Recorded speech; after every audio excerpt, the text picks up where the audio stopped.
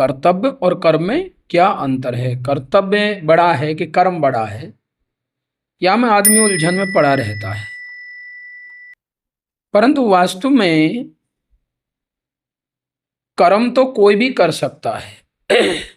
कर्म तो कोई भी कर सकता है, अज्ञानी ज्ञानी सब करते ही हैं। कर्म की परिभाषा और कर्तव्य की परिभाषा में बहुत बड़ा अंतर हो जाता है। कर्तव्य आप जब समझ पाओगे जब पहले अपने अस्तित्व को समझेंगे। अस्तित्व जब हम समझेंगे तब हमको कर्तव्य का पता पड़ेगा कि हमारा कर्तव्य क्या है। कर्म तो इंद्रियों के भोग के लिए हर व्यक्ति ही कर रहा है।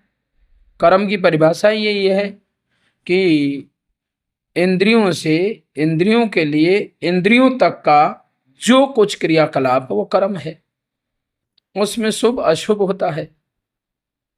यदि हम नीति से रहित कुछ कर रहे हैं तो वो क्या होगा? कर्म में दो प्रकार का विभाग है, शुभ अशुभ। तो अशुभ कर्म हो जाएगा, वहां से असुरता प्राप्त हो जाएगी। और इधर जो हम यदि नीति से युक्त कर्म कर रहे हैं तो वो शुभ कर्म हो जाएगा, वेद शास्त्रों से सम्मत कर्म हो जाएगा। उस कर्म को शुभ कर्म कहते हैं। परंतु अभी कर्तव्य समझना बड़ा कठिन है। कर्तव्य समझने के लिए पहले अपने अस्तित्व को समझना पड़ेगा, मैं कौन हूं। क्योंकि जब तक मैं अपने को नहीं जानूंगा तब तक मेरे कर्तव्य और अस्तित्व का मालूम ही नहीं पड़ेगा। ये पहले जानना जरूरी है कि मैं शरीर हूं या मैं शरीर में रहने वाला जीव। जब हम शरीर अपना मानेंगे तब हम अपना कर्तव्य नहीं कर सकेंगे, क्योंकि उसमें अपना कहाँ है। अपनी गाड़ी के लिए जो कुछ किया जा रहा है वो कर्म की परिभाषा में है। इंद्रिय भोगों के लिए जो किया जा रहा है वो कर्म की परिभाषा में है। कर्तव्य तो हम सब जब समझेंगे जब अपने को जानकर फिर अपने असली परिवार को जाने। कर्मों जो कर रहे हैं शुभ अशुभ, तो ये तो अपने झूठे परिवार के लिए कर रहे हैं ना। जिसको मैं शरीर को मैं मान बैठा, तो शरीर का परिवार, शरीर के रिश्ते, शरीर के नाते मानी इंद्रियों प्रधान। शरीर से शरीर तक शरीरों के लिए, शरीर से शरीर के द्वारा शरीरों के लिए, इंद्रियों के द्वारा इंद्रियों के लिए, इंद्रियों तक का जीवन कर्म में आता है। इसमें हमको कर्तव्य वर्तव्य वह कर्तव्य समझ बैठा लोग है नहीं हुए। अरे मेरा कर्तव्य है वाह की सेवा करना, वाह की करना, वाह की करना, उसकी भी करना, शादी करनी है बच्चों की, फलाना करना, ये सब कर्तव्य समझ बैठे। परंतु वास्तव में तेरा बच्चा कौन, तेरा भाई कौन, तेरा असली परिवार को तो मालूम जब पड़ेगा। जब मेरा ही नहीं पड़ रहा है तो असली परिवार का कैसे पता पड़ेगा? अब असली परिवार का मुखिया क्या कह रहा है वहां से कर्तव्य चालू। एक नकली परिवार का मुखिया क्या कह रहा है? रामचरितमानस इसका गवाह दे रहा है कि संसार के लोग हमें क्या कहते हैं, संसार के माता पिता हमें क्या कहते हैं। मात पिता ही बालक ही बुलाई और उदर भरे सोई धर्म सिखाई। बेटा जिससे पेट भर जाए, जिससे पेट का पालन हो जाए, 5 बच्चों का पालन हो जाए, यही तो धर्म है। इससे आगे कौन सा धर्म है? परंतु भगवान श्री रामचंद्र जी इससे बिल्कुल विपरीत बोल रहा है। वह असली पिता है ना, वह हमारा असली पिता है ना। क्योंकि ये तो हुआ शरीर का पिता, और शरीर की माँ जो हमको क्या बता रही है? इंद्रिय प्रधान व्यवस्था। जो 5 बच्चों का पेट भर ले, परिवार को ठीक ढंग से चला ले, यही धर्म है और कोई धर्म नहीं है। परंतु भगवान क्या कह रहा है? जो सृष्टि रचयिता है, जो हमको बनाने वाला है, जो हमारा परम पिता है, जो हमारा स्वामी है, जो हमारा प्राणपति है, जो हमारा सदगुरुदेव है, वे क्या कह रहा है? वे इससे विपरीत कह रहा है। ये तन कर फल विषय न भाई। भगवान श्री विष्णु भी कह रहे हैं आहार निद्रा भय मैथुन, ये तो सबके समान है, ये तो सामान्य कर्म में होते हैं, ये तो सबका सामान्य कर्म है। एक विशिष्ट कर्म हो गया, एक सामान्य कर्म हो गया। तो ये तो सामान्य कर्म है सबके, खाना पीना, सोना, जागना, भयभीत होना और बच्चे बच्ची पैदा कर लेना। ये तो सबके सामान्य कर्म हो गए ना, सब इसको कर रहे हैं। यदि इतने के लिए शिक्षा दे रहे हैं तो ये हमारा कर्तव्य नहीं है, ये हमारा साइड बिजनेस है। असली में ये शरीर काई के लिए मिला था हमको, तो हम तो जाना नहीं शरीर को, हम मान बैठे। जबकि आपका रामचरितमानस में भगवान श्री रामचंद्र जी त्रेता युगीन भगवान कह रहे हैं कि रे ये तन करफल विषय न भाई, है ये शरीर विषय भोगने के लिए नहीं मिला है। तो क्या भगवान सही समझ रहा है कि ये समाज सही समझ रहा है?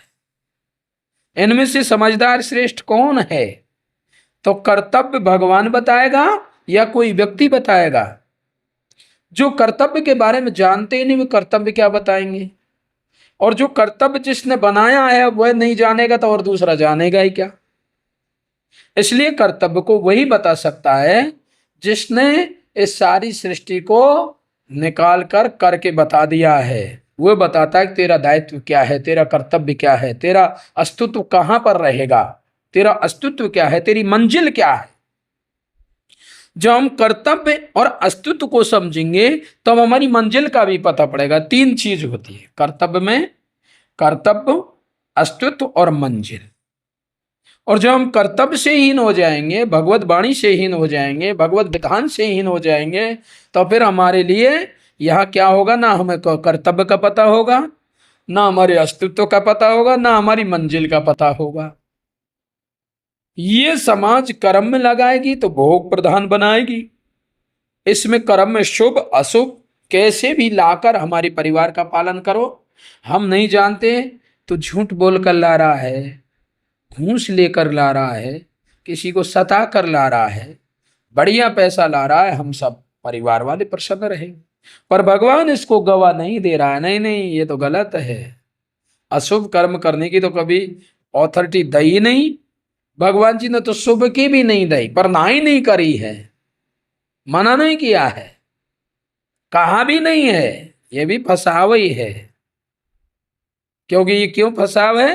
कि इसका शुभ का पुण्य बनेगा, अशुभ का पाप बनेगा। जाना इस शरीर से हटकर जीव को ही है, नरक भी और स्वर्ग भी। तो अब नरक स्वर्ग ये दोनों ही हमारा कर्तव्य नहीं है ना, ये भी हमारा अस्तित्व को नहीं बचा सकते ना, यहां भी हमारा अस्तित्व नहीं रह सकता ना। अस्तित्व को जानेंगे तो अस्तित्ववान के पास पहुंचना होगा। ये तन करफल विषय न भाई, स्वर्ग सुलभ अंत दुखदाई। ए भाई, यदि तूने बहुत शुभ करके कहीं स्वर्ग भी पा लिया तो अंत में दुखदाई है।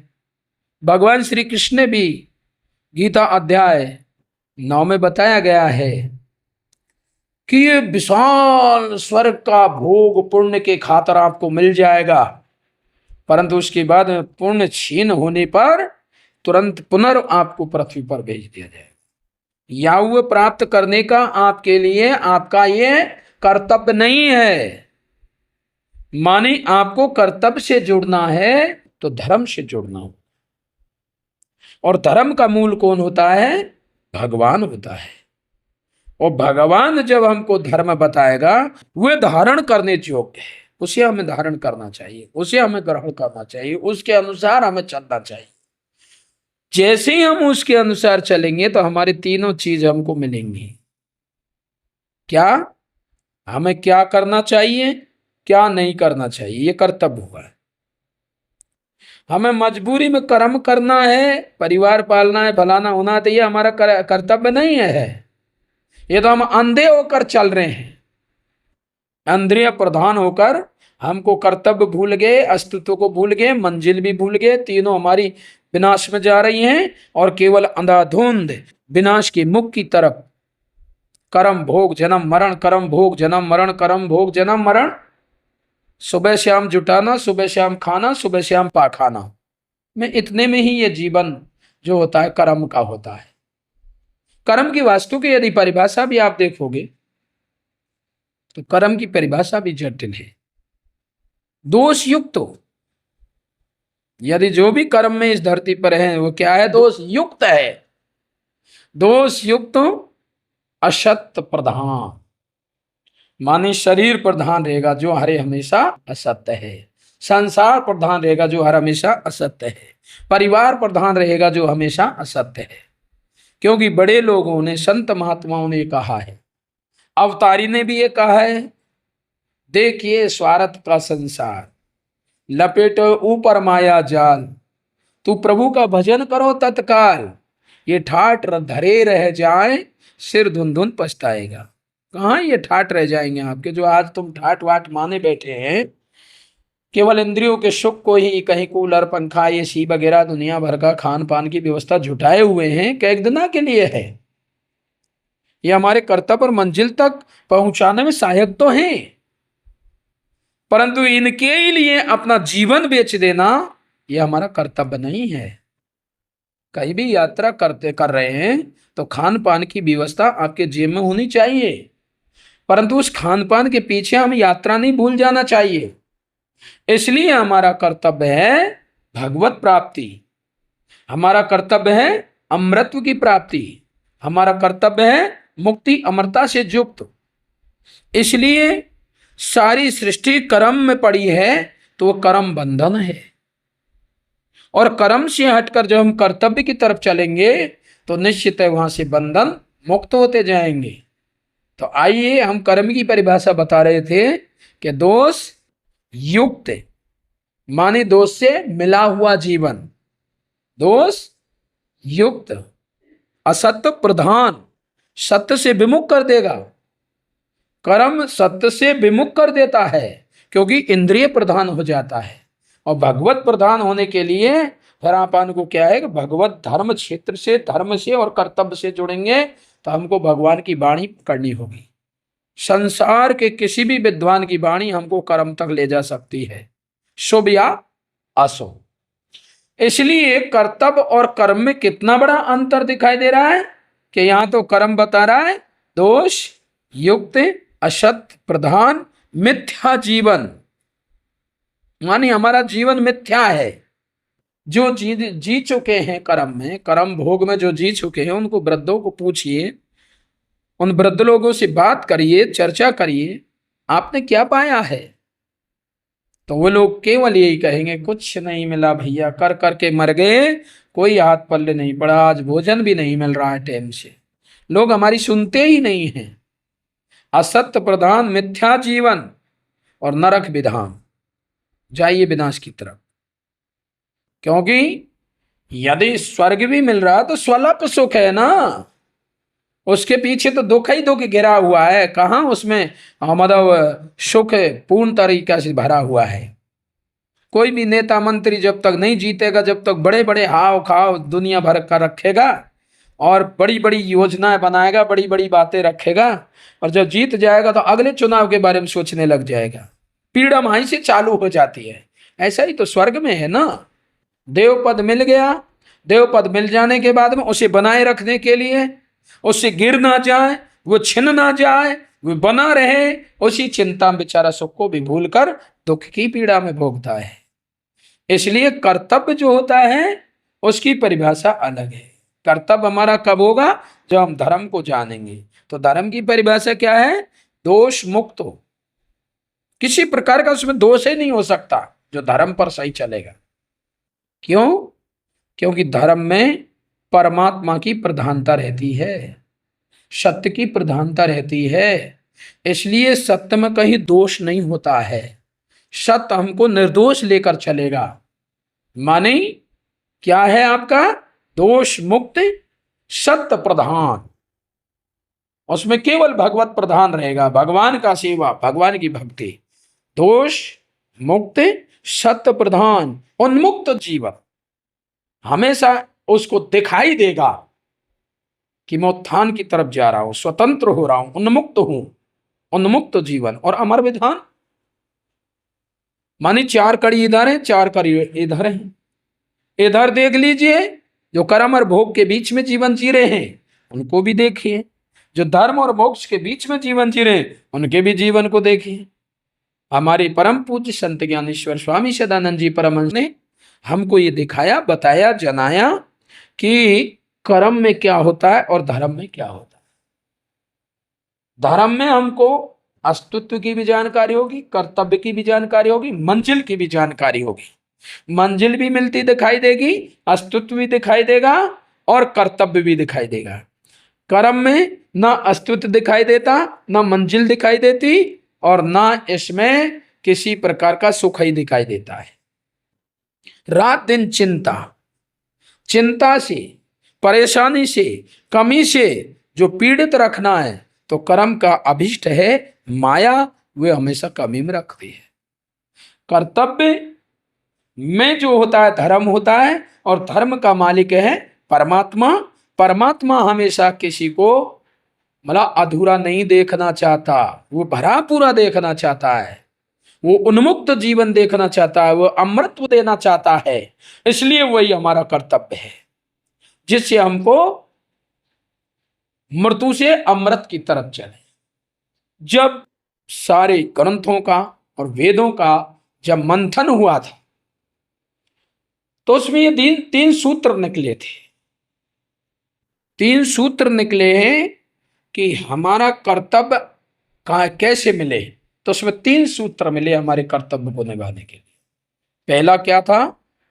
अस्तो मां सद्गमे, माने असत्य की ओर ना, सत्य की ओर चलें।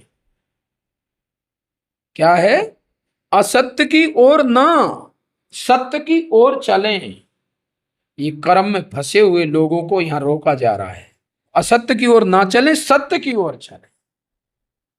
माने सत्य की तरफ से मुड़ा हुआ जो जीव है उसको रोका जा, मतलब असत्य की ओर जा रहे हो, सत्य से आप विमुख हुए हो, तो ये आपका विनाश कर देगा असत्य। इसलिए असत्य से रुको, उधर मत जाओ और सत्य की ओर चलो। पहला अभिष्ट, पहला मंत्र।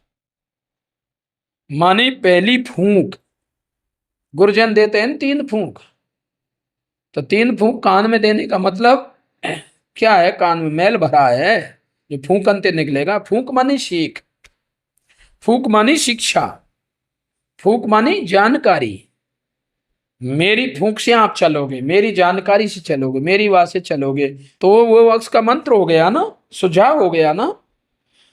इसी प्रकार जब इन वेदों का मंत्र निकला, सुझाव निकला, तो ये 3 शब्दों में निकला। पहला असत्य की ओर ना, सत्य की ओर। दूसरा क्या है? तमसोरमा ज्योतिर्गम, माने अज्ञान अंधकार की ओर ना, यानी मोह ममता आसक्ति रूपी तम की ओर ना। ज्योतिर्गम माने प्रकाश की ओर चले। पहला सूत्र अस्तोमा सदगम है, ये कर्म कांड का अभिष्ट है। माने जितने भी कर्म कांडी हैं जो असत्य में चल रहे हैं, इसलिए उनको रोका जा रहा है। असत्य में नहीं, सत्य में चलिए, असत्य की ओर ना। क्योंकि कर्म कांड में जो भी कुछ होता है वह बिन देखे सब होता है। मूर्ति कोई भगवान मानना, किसी को भगवान मान लेना, कायु को कण कण में भगवान मान लेना, घट घट में भगवान मान लेना, मानी ना जानकारी, मानना है केवल। इसलिए उनसे कहा है कि असत्य की ओर ना और सत्य की ओर चल। सत्य में जब चलोगे तो सब देखा जाएगा। सत्य की ओर अर्जुन चला, देखा, गीता को देखिए, उसमें सब कुछ देखा, सबके अस्तित्व को जाना कि कौन कहां तक कैसा अस्तित्ववान है, और इनका सबका अस्तित्व कहां से निकल रहा है, इनका कर्तव्य क्या है, इनको किधर जाना चाहिए। ये केवल धर्म बताता है, धर्म सिखाता है, अवतारी पुरुष बताता है। जो युग पुरुष होता है, युग दृष्टा होता है, अमर पुरुष जो एक शरीर धारण करके आता है, जिसे साकार शरीर में लीलाएं करना होता है, वे इस धर्म की परिभाषा बताता है, क्योंकि वे धर्म की स्थापना के लिए ही आता है, कर्म की स्थापना के लिए नहीं। कृष्ण जी ने भी कहा है कर्म बंधन है, हे अर्जुन जो कुछ करना है जो मेरे अनुसार कर, तब ये तुझे कर्म बंधन में नहीं डालेगा, ये कर्तव्य में बन जाएगा, ये आपका धर्म बन जाएगा, ये आपकी सेवा बन जाएगी। आप जो भी कुछ गाओगे बजाओगे वो भक्ति बन जाएगी। इसलिए जब जब युग का अवतारी पुरुष आता है तभी कर्तव्य की परिभाषा बताता है, अन्यथा इस संसार के कोई भी आचार्य महोदय, प्राचार्य महोदय, महात्मा जी, योगी जी, यति जी एवं देवता लोग भी असली कर्तव्य नहीं बता सकते, नहीं जना सकते, क्योंकि उनके पास पता ही नहीं है कर्तव्य का। कर्म के अंतर्गत और क्रिया के अंतर्गत ये सब आ रहे हैं। योगी है तो क्रिया है और अन्य है सो कर्म में लगे हुए। तो कर्म और कर्तव्य दोनों ही वहां जाकर मतलब विलीन हो रहे हैं, जहां से पैदा हो रहे हैं, वह कर्तव्य को बताता है ना, क्या हमें क्या करना चाहिए, क्या नहीं करना चाहिए। करते हुए भी अकर्ता हो जाएगा वहां। उसे जानकर, कर्तव्य को जानकर, वो वास्तव में कर्ता से मिलकर और उसके आदेश अनुसार जब करेगा तो वही आमान का कर्तव्य बन जाएगा। कर्तव्य किधर ले जाता है? धर्म की ओर। धर्म किधर ले जाता है? भगवान की ओर। भगवान किधर ले जाता है? अमरत्व की ओर। तो अमरत्व, मुक्ति, अमरता से युक्त जो चीज है वही तो हमारे लिए ये शास्त्र गवाह दे रहा है। ये तन विषय न भाई, ये किसके लिए है फिर भाई? साधन धाम मोक्ष कर द्वारा, माने मोक्ष पाने के लिए है। साधन धाम है, मोक्ष के दरवाजे पर बैठा है, और इसको भी पाकर परलोक नहीं संभाला। यदि इसको भी पाकर हमने अपना परलोक नहीं संभाला तो फिर हम निश्चित है कर्तव्य से हीन हो जाएंगे, कर्तव्य से च्युत हो जाएंगे, कर्तव्य से गिर जाएंगे, और कर्तव्य को नहीं जानने के खातिर हमारा विनाश हो जाएगा।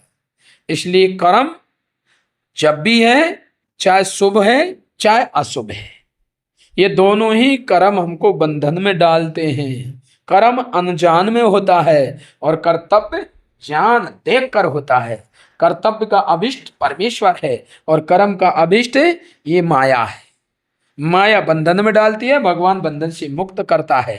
इसलिए कर्तव्य और कर्म में ये अंतर है। हमको क्या करना है, क्या नहीं करना है, इसका असली जो समझाने वाला होता है वो भगवद अवतारी होता है, माने युग दृष्टा होता है, युग पुरुष होता है।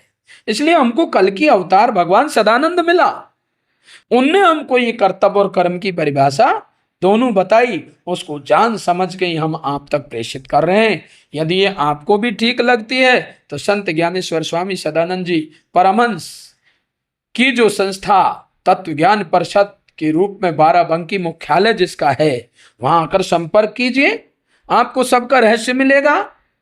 भगवान जी की हर वाणी, एक एक शब्द जो मिलेगा आपके अज्ञान और अंधकार को नष्ट कर देगा। क्योंकि रामचरितमानस के पहले पन्ने में यही लिखा है कि गुरु भी तो वही है ना, बंदव गुरुपद कंज।